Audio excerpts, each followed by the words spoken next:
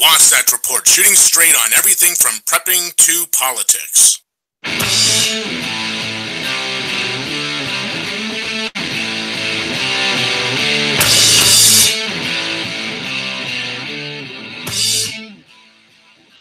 Well, good morning, everybody, and welcome to the Wasatch Report. I'm your host for the next hour, Suzanne Sherman, and you have tuned into the Cerberus Radio Network, where we defend freedom and liberty from the flames of tyranny. It is Monday, June 19th, year of our Lord, 2018. My goodness, this year is flying by. If you're listening at that hour, we have a live number you can call into 717-467-1736. You know, I get a lot of suggestions. I appreciate them all, where people say, hey, Suzanne, just do a podcast. You know, with a podcast, you can spend a lot of time editing and making things a lot prettier. And by golly, a couple weeks ago, there were times that I was doing a podcast because we had a lot of technical issues, but we overcame them. What I really enjoy about doing our performances, our shows live, is the feedback I get. We don't get a lot of phone calls, but I do appreciate all the messages I get on Facebook that people chime in and contribute while we are live. So I don't want to give that up. I appreciate those that do listen and send their messages and feedback when we're going at this. And speaking of sending us message, you can do that on Facebook, facebook.com/Suzanne Sherman. I have a public page as well called Suzanne Sherman's The Wasatch Report. There's a little bit of overlap on content on there, but sometimes I try and have something different. We do kind of deflect by default over to my other page, simply because if you have a public page, Facebook, we have determined, really doesn't let a lot of people see those posts unless they want to put see this first, or you pay them money, which is boosting a post. So again, this is no infringement upon my First Amendment rights to express myself. Facebook is a business. It's a privately held company, and this is the way they choose to do business. So I guess if you want to follow me, you need to go to both pages, but I will be watching the Suzanne Sherman page, and I will be following messages as they come in live. Cerberus Radio Network also has their own public page, as well as a fan page. It is a place for our followers to share their messages and interact with us. It is facebook.com/CRN. We are not your typical radio station. And when Jeff Johnson, he was on his show, The Paradigm Shift, right before mine, we are not just the typical AM talk show radio programming here. We don't just read you the headlines. You can go anywhere for that. We like to take a little bit of time and delve into some of the current events of today, but we like to tie in principles. We still have that motto as part of our business practice here. 18th century ideas for 21st century thinkers. We like to apply the logic and the rationale of days gone by to current contemporary issues. And we just don't see that on the mainstream media. And that's exactly why I think that we're just chasing our tails and going in circles. I have very little patience to try and watch Fox News networks or any of the other networks, because the analysis is so poor. So we really take the time. We might not have the audience they do, but our listeners know that we are giving you the truth and well-researched and proven ironclad history. So when we talk about issues from a constitutional perspective, from a foundational principle perspective, going back to the Declaration of Independence, and as you're going to see this month, the topics that we cover, the Constitution and the Declaration, I believe, are in conflict with each other. A lot of people, especially out here in Utah, believe that the Constitution, for instance, was divinely inspired. Therefore, it is absolutely a preposterous notion for people to entertain the idea that perhaps the Constitution is not a document that guarantees our liberty. Perhaps it is the document by which we are losing our liberty. I'm going to get into that with a little bit, with an article a little bit later on. It's called Liberty versus the Constitution, the Early Struggle. Just so you know, this is on Mises.org. You can find that on there. It's an excerpt from Chapter 5, Albert Knox's book, Jefferson. So I'll get into that a little bit later on. If you can't hear us live, by the way, we do have an app. It's downloadable for free for the Android platform. It's Cerberus Radio Network, and 24/7 you can go there, and we have shows that are playing. Some of it is original programming. Some of it is by people that partner with us, and we play theirs on there as well. Jeff Johnson, as I mentioned earlier, has his show, The Paradigm Shift. We typically go back to back. As we did this morning, we talked about secession and a few other topics. And Jeff and Daniel Bailey, the other founder of the network, have a show, The Renegade and the Rambler, this being live radio. Sometimes there are technical issues. Last night's didn't go over, but they have others that we also play. The Other Side with Justin and Mike, we have them. And Brush Fires of Freedom with Sean Hoffine coming out of Tucson, Arizona. Schiff Gold with Peter Schiff and Mike Meharry from the 10th Amendment Center. Mike Meharry also submits his podcast to us. There is a plethora of outstanding content we have on this network. If you're looking for something to listen to, just put this app on your phone, get on our computer, hit our radio co, and there is always something. If we are not live, we are also working on getting more live content for you. I think I talked to Justin yesterday, and now that those two, Justin and Mike, are actually school teachers. They do podcasts. Some people prefer to do podcasts. Again, for the reasons I stated, I like to go live, but they're going to be probably joining us and giving you guys some more morning content. So I appreciate that. Speaking of Mike Meharry and the 10th Amendment Center, I have several articles that have been published on the 10th Amendment Center, and one of which is Good Enough Politicians Are Not Good Enough. There's a lot of discussion right now about DACA and how children are being separated from their parents, and a lot of outrage, over that issue. And you know what? I'm going to just dive into that right now momentarily. Jeff, we were talking about situational awareness and being prepared for situations that could be harmful to your family, for instance.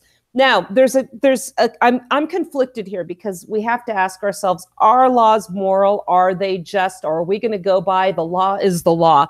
Mike Meharry with Godarchy had a very good point. He said if Jeff Sessions were around at the time, he would have told Rosa Parks to get her black butt to the back of the bus because the law is the law. We, not only as Christians, but as moral and ethical people, because we do have followers who are secularists who also believe in the inhumanity of human abortion. So you don't have to just be a Christian to buy into these things. But, you know, to me, Jeff, by the way, Jeff Johnson, my producer here and another host on the network, co-founder, good morning.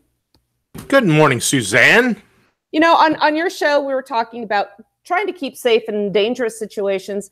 As a parent, I do not want to do anything that's going to put my children in peril. That would mean trying to sneak into a foreign and sovereign entity by crossing their borders illegally and then complaining if somehow we're arrested and my children are separate from me. My first blame is on the parents that put their children in this danger. It is upon them. I don't care what their justification is. Maybe they're seeking a better life. Maybe they have it awful. But the separation that happens is on them. The second question, and we've done shows on this also, is who has the ultimate authority? I think right now where we are is at a point where we have the ultimate authority and the intended authority to regulate immigration. And somebody was disagreeing with my take on that. I have an article published by the 10th Amendment Center called The Constitutional Solution to Immigration. And according to the United States Constitution as ratified, Article 1, Section 9, or Section 8, grants the states granted the general government the power, or Congress, to establish a uniform rule of naturalization.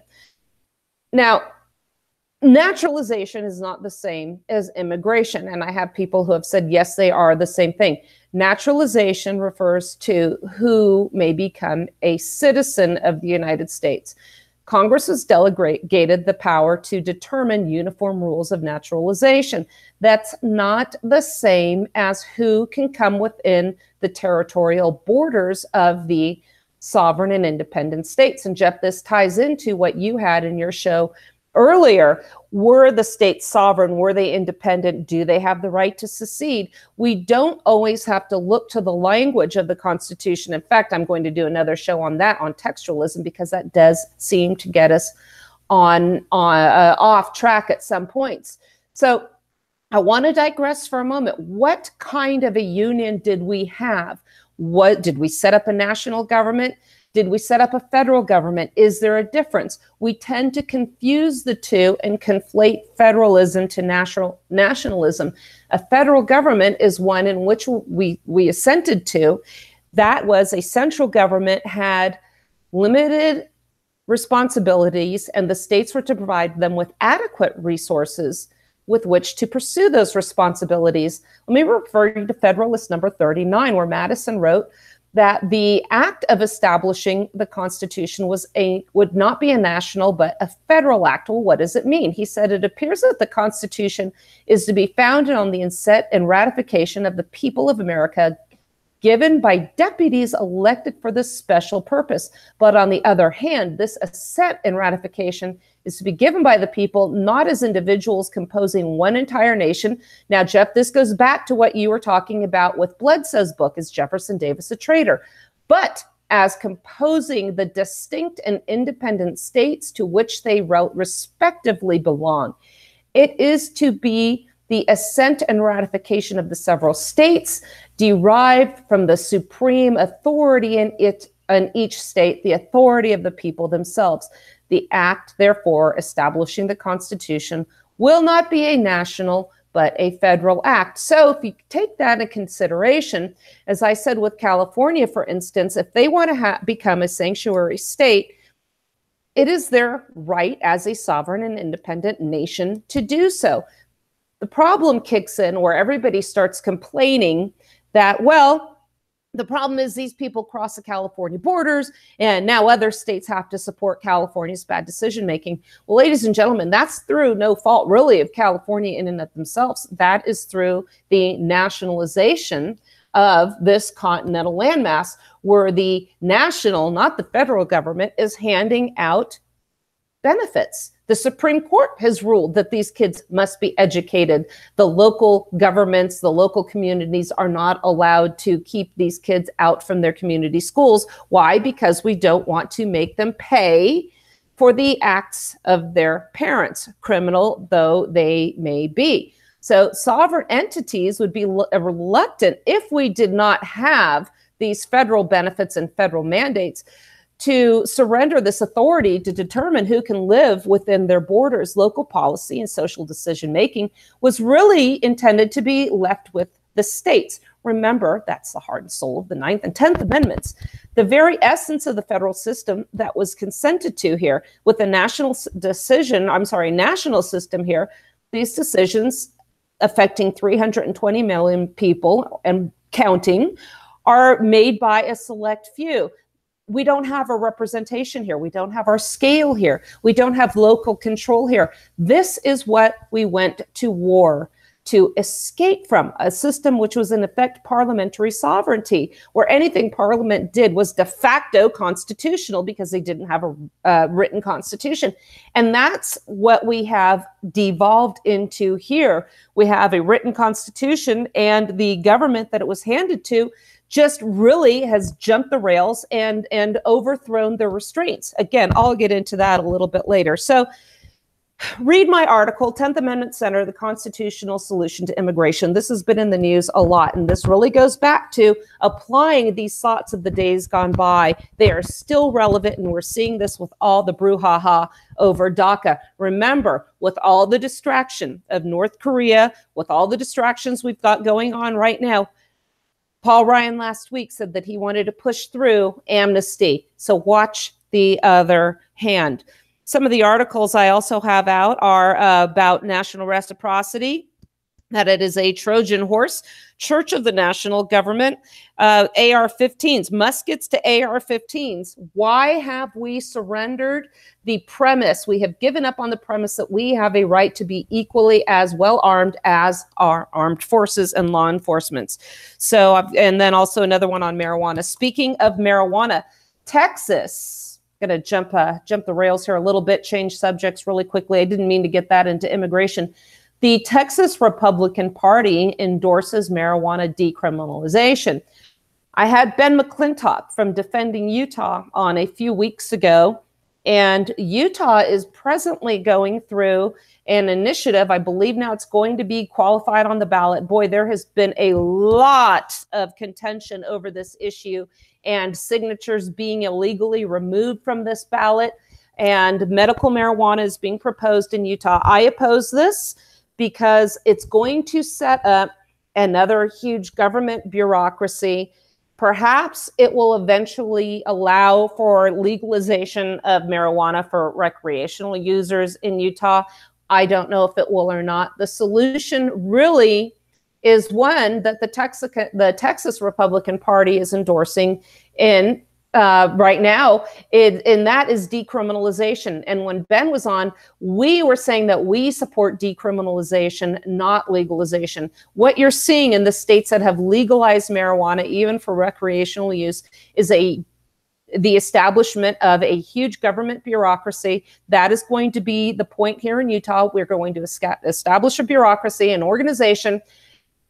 Those that will be allowed to dispense this medical marijuana have got to be wealthy. I think it's $5 million they have to have in assets before they can even be considered to be licensed to dispense medical marijuana. So you're setting up a situation where we have, again, a bureaucracy, and those that are politically connected and very wealthy will be will have the monopoly on the dispensation of a plant.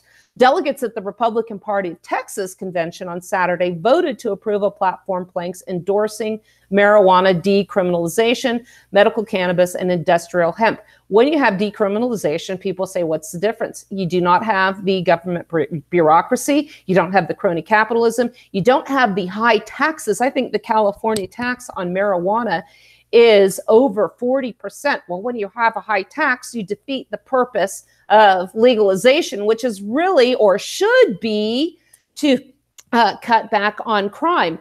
And when you have all these plants being driven underground, again, that is a fantastic opportunity for gang activity and organized crime. So I wrote an article actually for the 10th Amendment Center called Parchment and Plants, What Alcohol Prohibition Can Teach Us About the Drug War. So I really like the take that Texas Republican Party is going on here, and that is decriminalization.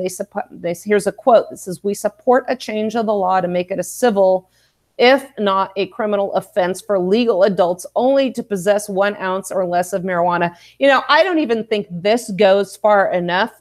If I want to grow tomatoes, if I want to sell some of my tomatoes to one of my neighbor, I should have a right to do so. This is a plant in and of its purest form. And we are just seeing, I just don't understand the government control over this. Interestingly enough, I don't know if I have the article here handy, the Mormon church, the LDS church here in Utah, has billion-dollar pharmaceutical investment that allegedly they're saying keeps cannabis illegal in Utah. And this is what I found interesting. If the faith forbids followers from any recreational drug use, the Mormons are also forbidden from drinking alcohol, caffeinated drinks, coffee, teas, sodas. It just seems to me a conflict that they would invest in any kind of a pharmaceutical company, which, as we know, they produce mind-altering pharmaceuticals. Does a pharmaceutical now lose its I guess, religious prohibition here if it is sanctioned by the government vis-a-vis FDA regulations and pharmaceutical homage and fees paid to the crown? I really don't think so. So this is something they don't disclose their finances publicly, but it's been discussed in a leak. There's the article. It's herbs.co, Marijuana Use Mormon Church. And I want to ask some of my LD friends about this, but it seems like a huge conflict here. And again, this is a state issue, not a federal one. We do have federal marijuana laws. Why is that? I don't know. Read my article, Parchment and Plants, What Alcohol Prohibition Can Teach Us About the Drug War. The federal government did regulate alcohol properly by amending the Constitution, as they should with marijuana if they choose to continue to do so. But the problem is we had a lot of fallout from that, a lot of gang violence. As we know, organized crime flourished at that time. We had the St. Valentine's Day Massacre of 1929. As a result of that, after we had the Prohibition repealed, we had the 1934 Firearms Act. It was a predictable but a blatantly unconstitutional response by Congress to the violence caused by Prohibition. So we have a crisis here that was created by government overreach, and now we are dealing with the fallout from this unconstitutional National Firearms Act of 1934. By the way, if the NRA was really serious in fighting gun control, they would seek to repeal the National Firearms Law. But like the pro-life movement, the NRA is really not pro-gun. It's about continuing to collect revenue under the auspices of a false fight. Jeff, do you have any thoughts on that? And then I want to change gears and talk about our little weekends and how the things that we did the past couple weeks. Well, I just want to quickly touch on, you talked about the NRA. And you and I were both NRA pistol instructors. And so, you know, we both have a history with the NRA. And over the weekend, I was up training with my friend. We do a lot of pistol training there. And I'm also one of the instructors there. And he asked me if I was going to renew my NRA pistol instructor. And I said, no, I'm not going to send them any more money, because in reality, if the NRA were serious about defending the rights of the people to self-preservation, and that's what it is. It's a natural right. It has nothing to do with a right given to us by Congress. It is a natural right. If they were really intent on doing that, they would apply our, I don't know what you want to even call it, our approach to the Bill of Rights, in that they are an absolute restriction on the general government, and that every single national firearm, and I'm going to say the word N-word there, national firearms law is unconstitutional. But they don't do that because there's no money in that. Eventually, if they win, they're out of a job. They're out of collecting money. They can't send you that mailer every month asking you to send them more money. And that's the problem with pro-life. Pro-life does the same thing. So when you have Dan Fisher, who's an abolitionist, wants to end abortion, what do? They all run for the hills and scream that they're pro-life, and you can't possibly abolish it. It's a losing thing. Well, that's what they said about slavery, you know. But somehow we ended up abolishing slavery. Yeah, we've had Brown versus Board of Education overturning Plessy versus Ferguson, Lawrence v. Texas overturning Bowers v. Hardwick. We have Dred Scott being overturned by the 14th Amendment. We have all these cases that have been overturned. Now, the one that is sacrosanct and essentially beyond reach is Roe versus Wade, unless we wait for the proper Supreme Court judge to maybe rule, but it is really the third rail. Everybody thinks it is absolutely extreme to discuss the abolition of human abortion. Well, what about in the case of rape or incest? Well, again, let's go back to DACA. Were we not just discussing the inhumanity of punishing children for the offenses of their parents? There's a little baby, a life, a defenseless human being whose body is developing. The father did something wrong. The mother can be cared for. She can be comforted. People can come to her aid. But the solution instead is to murder the baby. The father did something wrong. I saw an interesting meme the other day that, are you willing to commit murder so you can have an unfettered sex life? So that's really something to think about. Just a heads up, I was talking about Utah's legislation on medical marijuana, another issue coming up before the legislature of Utah, and people really need to get involved. On June 20th, at the state capitol here, there's going to be an interim committee hearing for red flag laws and gun control. The problem with California is California's nonsense does not just stay in California. These people get fed up with the high taxes there, leave the mess and the carnage they have wrought behind, and try to bring that garbage over here. That little hog snot-nosed brat and that skinhead friend of his, Gonzalez, they're coming out here to Utah to speak as well in Mia Love's area. So Anyway, on June 20th at 8:30 to 10:30 at Utah State Capitol, House Building, Room 25. They're going to have a meeting for these red flag laws. What are red flag laws? First saw those coming out of California, where if a family member suspects that you may be a danger to yourself or others, you have firearms, there will be a notification of the police and an ex parte hearing. You will not be heard.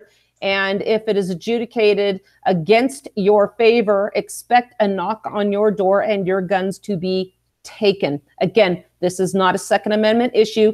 This is something that, pursuant to the 10th Amendment, the states retain the right to control. So we need to keep this in mind, fight this at the state level. And here's your chance, June 20th. Speaking of June 20th, Jeff, Yellowstone is airing. So for those of you that don't know, there's a new television show coming out on the Paramount channel starring Kevin Costner. And part of that show has been filmed at my little compound here. So I'm looking forward to that one coming on out.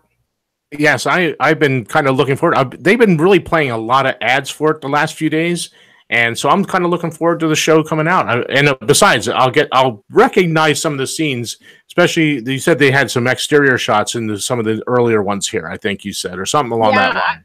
I know there was some rework in the script, and some of the scenes that were filmed here, particularly inside my home, have been taken as one of those characters was written out. So from what I've seen, it actually looks like a movie quality program that's going to be on a television series. And I think Kevin Costner does great work. I'm actually really looking forward to this show. It is a great crew here. So by the way, I forgot to mention earlier, there is a lot of misinformation why people just assume this national government and the Bill of Rights applies to the states and this whole national blob. This is what we're taught in school. There's a way to fight this. Right now, education is the best way to combat this nationalism, our lack of representation, our loss of state sovereignty here. And that is by getting yourself a subscription to Liberty Classroom. Tom Woods' Liberty Classroom. You can go to their webpage, a basic membership. You can get higher memberships as well, where you can actually participate more. You can get a basic membership now, though, for $49. It's typically $89. Tom Woods, in his generosity, has allowed our listeners to have a discount. It is now $49, and you will have access to all the lectures. The most recent editions are by Brian McClanahan, who is the author of several books, A Founding Father's Guide to the Constitution, 9 Presidents Who Screwed Up America, 4 Who Tried to Save Her. He also has his recent book on Alexander Hamilton. I'm going to be touching on some Hamiltonian issues in the next segment of the show. Also being recorded is the new series of lectures on Thomas Jefferson. Kevin Gutzman had a book out a couple years ago, Thomas Jefferson, Revolutionary, A Radical Struggle to Remake America. He has a series of 12 lectures coming up that will be included. And when that's ready to go, should be the end of June, we will be getting him on the show as well. So go to their webpage, get your membership. The code will be CRN for Cerberus Radio Network, and take advantage of this opportunity. Don't be fooled by the propaganda. They're trying to ram down our throats. So I think that's a great opportunity. So far, Jeff, we discussed, let's see, medical marijuana, immigration. Some of the other things that we wanted to cover was there was an incident out here, one more local issue before I get onto the Constitution, liberty versus the Constitution. There was an incident out here. I live by the Bonneville salt flats out here. And apparently a couple was stranded overnight in muddy salt flats after their truck got stuck. Cache County couple spent the night stranded in the West Desert north of Great Salt Lake after their truck became stuck in the mud.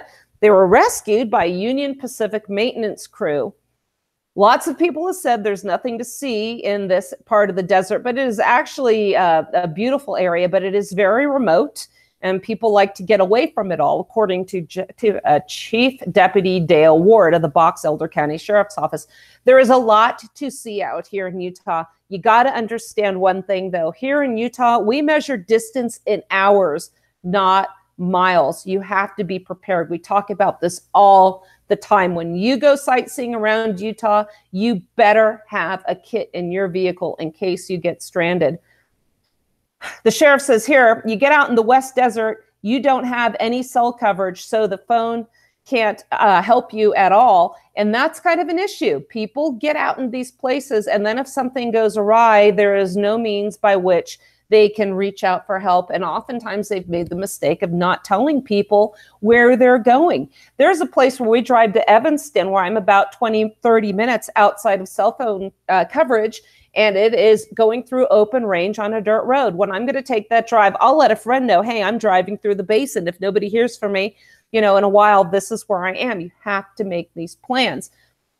He continues, above all, you need to understand you probably aren't going to have cell service in a lot of these areas. A Logan couple this past weekend decided to take a scenic route to Wendover through the West Desert area. Again, this is very remote, very beautiful.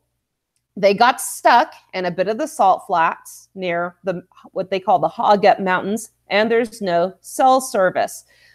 They continued to drive south. The conditions of the roads got worse because of washouts from flooding 2 years ago. All right. So this is the first thing. I'm seeing the coverage on here, and they're saying, well, these people did everything right. And Jeff, we look at it from a little bit different perspective. I'm seeing they did everything wrong. First of all, the road continued to get worse. So what did they do? They just kept driving. The tires started spinning. They tried to pick up the four-wheel drive. The four-wheel drive didn't engage. Also good to make sure that everything's working properly here before you go out into a situation like this. The couple says here, we tried to unstick the truck, but on salt flats by the Great Salt Lake, you end up just getting stuck deeper. Abigail Adams, I'm thinking not the one married to John, said in a statement to KSL, we hiked around for a little bit and realized we were in it for the long haul. We spent the night trying to dig the truck out with baseball bats and pieces of wood we found. As the sun began to set, we began to think of how to settle in for the night. They had some water, snacks, and some extra clothes to stay warm. The next morning, they came with a plan to walk around and look for cell phone coverage. Oh, here's something else they did wrong. Being diabetic and with minimal resources, I figured staying would be best. We also knew we were very far removed from civilization. We were hoping for a patch of cell service, a water spigot, or a passer-by along the way. They walked nearly 10 miles and didn't find any cell phone coverage at all. 4.5 hours later, he returned to the car, and this was the next day, and came up with another plan to walk another 2 miles to a Union Pacific Railroad line. She took her lipstick, got to have that, and wrote help on the feed bag they attached to umbrella. So that's really clever. Leave a way to have people reach you. Jeff, there are so many things that I find disturbing about this story. First of all, if you're diabetic, you better plan on having some extra medications with you, particularly if you're planning to go on a remote area like this. Also have some shelter with you, have some extra water. I think they're very lucky. What are your thoughts on this? Well, there was a few things that immediately when I read this story, I thought of, well, where I grew up, I spent a lot of time off-roading in different places. One of the first things I figured out, and I was just young, I was just a teenager. One of the first things I figured out is if I'm going to go out in some of these areas in four-wheel, I should have someone with me, because if I get stuck, then at least they can pull me out. So, just think ahead of this. If you're going out and where I was four-wheeling, I could probably walk to some place where I could have gotten help. I could have walked probably 10 miles, and I would have been someplace to get some definitive help. Where they're going, they could walk probably for a couple days before they found help. So in this situation, think a little bit ahead. Take another vehicle with you that is there to help you in case you get stuck. And again, you hit it right on the head. When they didn't even check their equipment to make sure it was operational. So when the four-wheel drive didn't work, they should have immediately made a U-turn and gone back the way they knew they could get back out. Because if you continue on and you're struggling at that point, it's just going to get worse. And the last thing I noticed was that they didn't. When I went four-wheeling, I always had a shovel. Always had a shovel, because you're going to dig yourself out. It's inevitable you're going to dig yourself out. And they should have done some shorter trips where they practiced what they needed to know to do a bigger trip like this, which could put them in potential harm. Well, so they just were totally unprepared for this situation. Yeah, particularly when you're driving a truck, you have the room for a shovel. And, you know, I always wonder, you know, when you get stuck, I always consider my car mats a tool for just putting under the tires, and have again, your shovels with you. And as this weather gets warmer, just realize, have more water than you think you need. So I'm glad it worked out for them, but it's amazing how quickly things can go south. I mean, that happened to me once. I won't get into the whole detail of it, but I decided to leave a trail thinking that a stream was going to follow the trail exactly, forgetting that on our way out, as we're walking back up the creek back towards the car, that there was a time when we were looking about 100 yards or so down this creek. So from the trail. So it took us about 4 hours, which could have taken us about 30 minutes to walk out of there. So always be mindful of your situations. We all make mistakes. But what I want to do is take a quick break and then go over to the Liberty versus Constitution article and some of the principles that we discussed in there, and wrap up the remainder of the show, because this is going to be something we can refer to when I get into our discussion of the Declaration of Independence and the ability, the natural right, the God-given right of us to throw off a government when it no longer fits its lawful purposes. So we'll be back with the Wasatch Report here on the Cerberus Radio Network, where we defend freedom and liberty from the flames of tyranny. We'll be right back.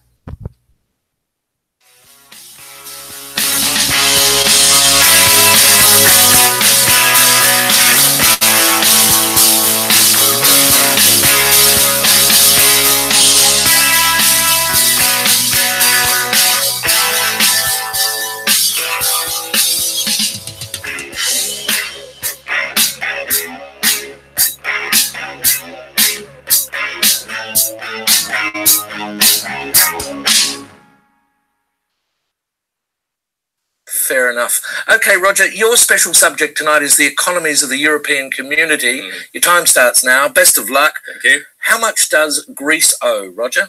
$367 billion. Correct. And who do they owe it to? Mostly to the other European economies. Correct. How much does Ireland owe? $865 billion. Correct. And who do they owe it to? Other European economies, mostly. Correct. How much do Spain and Italy owe? $1 trillion each. Correct. Who to?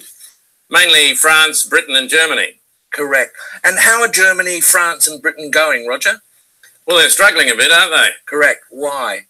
Because they've lent all these vast amounts of money to other European economies that can't possibly pay them back. Correct. So what are they going to do?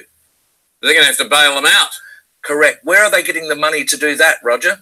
That's a good question. I don't know the answer to that one. How much does Portugal owe? Hang on a minute. What was the answer to that earlier question? Just keep answering the questions, Roger. Where is Portugal going to get the money it owes to Germany if Germany can't get back the money that it lent to Italy? Just a minute. What was the answer to the previous question? The question was, how can broke economies lend money to other broke economies who haven't got any money because they can't pay back the money the broke economy lent to the other broke economy and shouldn't have lent it to them in the first place because the broke economy can't pay it back? You're wasting very valuable time, Roger. How much money does Spain owe to Italy? $41 billion, but where are they going to get it? Correct. What does Italy owe to Spain? $27 billion, but they haven't got it. They're broke. Correct. How can they pay each other if neither of them has any money? They're going to get a bailout, aren't they? Correct. And where's the money coming from for the bailout? That's what I'm asking you. Correct.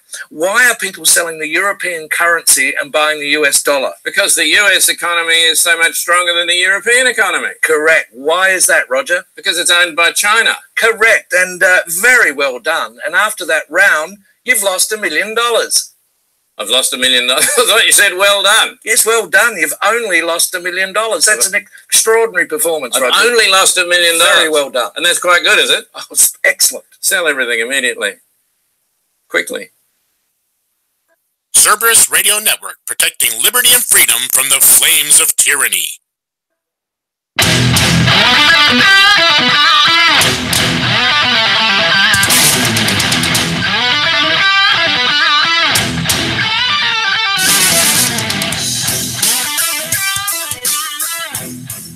And we are back Welcome back, everybody, to the Wasatch Report. I am Suzanne Sherman, joined by my co-host and producer, Jeff Johnson, host of The Paradigm Shift. You can go back and listen to our repeats for these shows. This is a Cerberus Radio Network where we defend freedom and liberty from the flames of tyranny. Today being Monday, June 19th, 2018. We are live. We have a number if you want to call in, 717-467-1736. I'm enjoying the commentary I'm getting on Facebook, facebook.com/Suzanne Sherman. So, Jeff, before I get into the article I wanted to get up, a couple weeks ago, you and I had both gone on little adventures. And to me, what we both did really reflects what communities used to be, people coming together to help each other out. We opened up the show discussing an incident, and you covered this on your show as well, where there was a fight that broke out in gunfire in New Jersey, I believe. And a lot of people were hurt because they didn't do what they should have done, and that is either get away or try to render some sort of assistance if you feel like you can do that. But what they did instead was just filmed it with their telephones. And we just see issues right now just being sensationalized. People have this wall of electronics. And how many of you have friends on the other side of this planet but don't even know your neighbors? You just see such a disconnect in these communities. And I think that's part and parcel of the reason we so willingly not only accept but embrace this notion that a small group of individuals thousands of miles away can rule our daily lives, the minutia of our daily lives. If you don't believe me, look up the American Community Survey and see how much they want to know of your personal life. Anyway, this last weekend, I went to go visit some friends of mine in Gillette, Wyoming. They said, come on out, we're branding cattle. And these guys are a small family farm operation. It's a husband and wife. My good friend, Tex Adams, he actually was on the Suzanne option with me on the old network, and we discussed homesteading. Anyway, he had invited me before to come on out for cattle branding, and what I saw was a small operation cannot do this on their own. They don't have the money to put into all the means by which you can contain these cattle, absent the old cowboy way, all the chutes and everything else. What I did see was trucks and trailers coming in all morning, people saddling up their horses, teenagers showing up for a day of tackling cattle, getting hit, getting kicked, getting dumped in fresh cow poop. We were filthy, we were disgusting, coming together to help this husband and wife get this chore done because they couldn't do it with help from the community. And Jeff, you just went to Maine to help your friend build his home. This reminds me of the community barn raising parties where people come together, actually take time from their lives and help each other out. I found this to be a very rewarding experience, seeing these teenagers come there. They weren't getting paid. They were getting fed, but they were not getting paid and coming out and helping with the community. I just found it very inspiring, and to see how hard these kids worked, it gave me hope for the future. I found it so refreshing from what we see typically these teenagers doing today. Tell me a little bit about your friend up in Maine. Well, they're kind of homesteading as well. Last year I went and helped them get their basement concrete poured, and they lived in their basement this last winter. And this year I went up and helped them frame the first floor. And then some other friends of his, a guy that does post and beams, came and helped them they cut down some trees on the property, and they had it milled, and they had these huge beams and posts that they're going to put that are going to be exposed in the first floor. And he came and with all his tools and cut the holes in there so they could put the pinions, you know, like, I don't know what they call all those things. I don't do post and beam, but he cut them out so they could all be fitted together, and they'll dowel them together, I think, eventually. And, you know, it's just really cool. People came from all over to help them this week, and pretty much the first floor is ready. They'll put the floor joists on, and whether they get the second floor this year or not, or they'll just roof the deck on the second floor and live in the first floor this winter, I don't know what they'll get done. But, you know, it was just fun to go up and give them a hand. And, you know, I got as much out of it by going and helping them as they got me going up and just, you know, spending some time doing the work with them.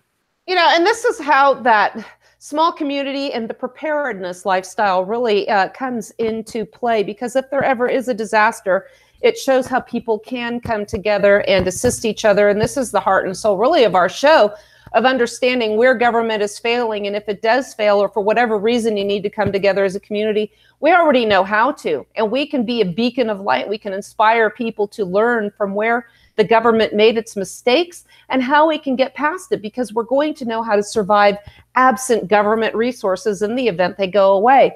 Turning to that now, finally, gosh, it's 3/4 of the show early and I'm getting towards the topic. There's an article by Mises.org come out. It is called Liberty versus the Constitution, the Early Struggle. And this is actually an excerpt of a chapter by a book called Jefferson by Albert J. Nock. And he starts out, you know, we get into talking about the Constitution. And when I first got into radio, I would start saying, you know, if we just got back to the Constitution, and this guy, Mark Kreslins, would start sending me private messages saying, Constitution, schmonstitution. And as I did more research, I really did understand that I'm thinking the Constitution really hasn't been the path to liberty. In fact, I think it is really the path to our enslavement. It started out, as this article here says, the Constitution looked fairly good on paper, but it was not a popular document at the time. The people were suspicious of it, people of the states, and suspicious of the enabling legislation that was being built upon this. There was some ground for this. Now, I talk about this as well. This is why the article was so refreshing for me to see, even though the book has been out for a while. I talk about the competing interests at the time that this new government was created, which was really a bloodless coup. We had the Hamiltonians, we had the Jeffersonians. The Hamiltonians were more of the type seeking the central government. They were involved in mercantilism and finance. We had the agrarians, the Jeffersonians, on the other hand, who wanted a weak central government, a government that was highly decentralized with the balance of power remaining with the states. The new government created would have very few limited enumerated powers set upon it. So this was really the interests that were competing at the time. The Constitution, the article says here, had been laid down under unacceptable auspices. Its history had been that of a coup d'etat. It had been drafted, as I said here, we had special economic interests here that were responsible. Now, what happened when as the preamble says, the intent was to form a more perfect union. But what happened when they started gathering in Philadelphia was that the doors were closed, they swore to secrecy, and rather than forming a more perfect union under the Articles of Confederation, they came up and proposed a new system of government entirely. And this is what's interesting in the article. It was drafted in the first place by men representing special economic interests. 4/5 of them were public creditors, 1/3 were land speculators, 1/5 represented interests in shipping, manufacturing, and merchandising. Most of them were lawyers. There's your red flag. And hey, I'm a lawyer myself. Not one of them represented the interests of production. So you'll see these two groups that I'm mentioning here and that the author mentions, and that is the Hamiltonians and the Jeffersonians, the economists, the financiers, and the agrarians. So the Articles of Confederation, to which the states had subscribed in good faith as a working agreement, made all due provision for their own amendment. And now these men ignored these provisions, as I referred to earlier, simply putting the articles in the waste bucket and bringing forth an entirely new document of their devising. Remember, James Madison and Edmund Randolph, with the support of Alexander Hamilton, proposed the Virginia Plan, which was pretty much what we have today. A bipartisan House of Congress, both houses represented now by population, it seems, because of the 17th Amendment, with the senators being elected by the people of the states as opposed to the state legislators. So it really has plunged us into a national democracy.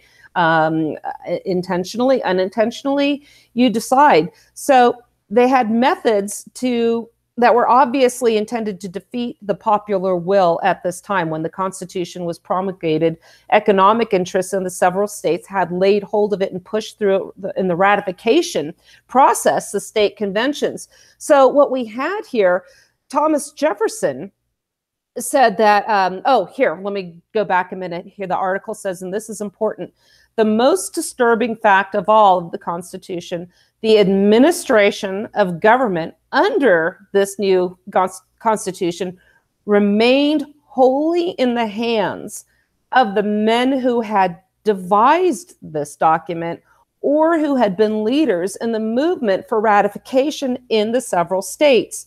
The new president, George Washington, had presided over the Constitutional Convention. The members of the Supreme Court, federal district courts had all been present when this was being debated in Philadelphia Convention. 8 signers were in this, became senators, many more in the House. It had began to now be manifest, as Madison said later, who was to govern the country, that is to say, on behalf of what economic interests the development of the American constitutional government was to be directed. Well, I've said this before. Again, think about the Hamiltonians, think about the Jeffersonians. Jefferson had some reservations about this, and he was concerned that there was going to be no bill of, he insisted upon a Bill of Rights as well. He felt that there should be one. And Madison thought it was unnecessary, but as you know, we do have a Bill of Rights here. And again, this is a long article, so I'm just going to give you the basics of it here. But while Jefferson, this article discusses an article where Jefferson went to New York, which was the capital of the time. And what he noticed here, this is hot on the heels of the French Revolution, people here in the United States were not talking about natural rights, I beg your pardon, natural rights. Everybody here, he noted, was talking about politics. Everyone assiduously talked up a strong government for the United States with its costly trappings and trimmings of pomp and ceremony. No one in New York was even thinking natural rights, let alone speaking of them. One heard nothing here but the need for a strong government. Remember, this need for a strong government, the premise of a strong central government, was rejected outright at the Philadelphia Convention. Go and listen to Brian McClanahan's lectures on Alexander Hamilton, and he will tell you, even in his book, how Hamilton supported this strong central government, lied about it during the ratification process. Once the Constitution was ratified, went full bore for what was rejected outright. So there was no need. One heard here, let's see. Many spoke even of the hankering fashion about a monarchy. They were saying that Jefferson's ideas were outmoded and other ideas were put to the front, and Washington's cabinet came together. Enter Alexander Hamilton. So what we have here is a war that almost certainly was coming on, bearing to great chance of a preference for the few in the colonies who had learned the trade in arms. He studied, Alexander Hamilton here, studied the science of war, and the outbreak of hostilities found him. He became an artillery officer. Alexander Hamilton learned early on that war would provide great opportunities for a strong government. Alexander Hamilton knew that he was not going to be successful if we remained in times of peace. Now, when I get into my article about the AR-15, we have a strong premise. There was fear early on that Alexander Hamilton was going to use a standing army to suppress opposition. And this is exactly what James Madison feared about a standing army. The founding fathers said that this would lead to taxes, to debt, to endless war, and by the rule of the many by the few. So they prognosticated all of this, and they were absolutely right here. So we have the next 4. I want to continue with the articles, with this article here. The 4 great general powers conferred by the Constitution upon the federal government were taxation and the power to levy war. I'm going to focus on those 2 right there. Yes, I've got about 6 minutes left. I'm going to tie this together, and we'll continue this in the next show. Again, we had the producing interests, mostly agrarian. They were scattered. Early on, we have cases where the Constitution, McCulloch versus Maryland, where the government was usurping its authority and infringing upon state sovereignty. And this article addresses on how that was allowed to happen. Because I had said if communications back then had been what they are today, this never would have happened. So we had a general plan for consolidating the interests. This was Hamilton's general plan for consolidating the interests of a certain broad class of the rich, the well-born, that had interests in the government. What he did was usurped the plan of the state sovereignty, and what we had also was the financiers letting people taking over, which one of which resulted in Shays' rebellion here. Jeff, you were talking about this in the Constitution, or in your class, or in your show, about secession and state sovereignty. You know, where did we ever give up the notion that the states were sovereign and had no right to secede? I have no idea. And if you really, I did find it was June 12th that Virginia passed the Virginia Bill of Rights, I believe it was. I just lost. I don't have it out in front of me now. But they seceded basically, and it was adopted on June 12th, and it basically was almost word for word the Declaration of Independence, but it was a state doing it. So again, the states are where the power resides, with the states through the people that set up government. So this is what's interesting too, is the article continues that half of the membership here were security holders. They had security holders from the war bonds, and what Alexander Hamilton said was they had impoverished original shareholders of these bonds. They were bought by speculators for pennies on the dollar. These people never realized that they never realized the profits, or they never got their money back from these bonds. And they had the Shays' Rebellion. What Alexander Hamilton declared here, that the impoverished original shareholders should have had more confidence in their government than to sell out their holdings, and that the subsidizing of speculators would broadcast a salutary lesson. This is, in fact, the oppression that the Constitution and Alexander Hamilton and the industrialists and the financiers eventually took over. They ended up doing what they wanted to do. He proposed the federal government should assume these debts, and assumption of the debts that the states had imposed in exchange for the capital being located in Virginia, a southern state, was one of the first means by which the states surrendered their sovereign powers. I will get into this a little bit more, but this happened very, very early on. And what we see now surrounding us, a lot of what we have the nationalism today, is this Hamiltonian agrarian versus the industrialist conflict that we saw very early on. And we're dealing with this today. John Taylor of Caroline, because what we see is the financial taking over, the means by which they use finances to surrender or to subvert state sovereignty. John Taylor of Caroline was prophetic when he said, "Beware of the unholy alliance between finance and government." And that is exactly what we see today. And again, the war machine. We are seeing nonstop war. The founding fathers feared a standing army in times of peace. We do not have a time of peace. Refer also to the Smedley Butler quote, "War is a racket." So we have the Hamiltonians and the big government faction that are keeping us in these times of war and distraction and dissent.